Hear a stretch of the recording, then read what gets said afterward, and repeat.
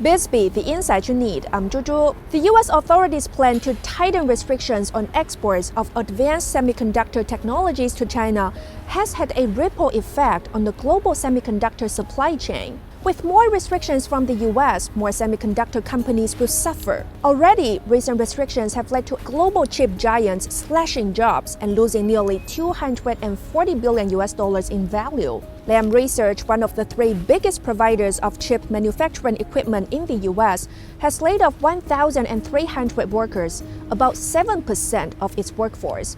CEO Tim Archer announced the layoffs during the company's earnings call and blamed the most recent bout of U.S. regulations. About 30% of the company's revenues came from China in the third quarter of 2022, though this share shrank to 24% by the fourth quarter and is expected to decline even further. Lam expects to lose as much as $2.5 billion, about 13% of its 2022 revenues. The U.S. semiconductor industry giant Intel also plans to lay off many workers as a direct result of the Biden administration's latest round of export bans, according to Bloomberg. The U.S. is shooting itself in the foot with chip restrictions as its economy suffers.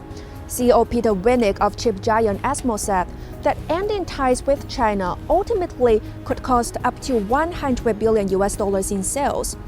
Furthermore, it could also affect 125,000 jobs in the U.S., as per estimates from the U.S. Commerce Department. Meanwhile, chip sanctions have also failed to halt China's technological progress. Last year, the number of chip design companies in China reached 3,200, an increase of 15% year-on-year. Nearly 17% of these companies have made over 100 million yuan in sales, or about $50 million. According to Bloomberg, 19 of the 20 fastest growing chip companies in the world come from China. These figures show that restrictions cannot stop China's technological development.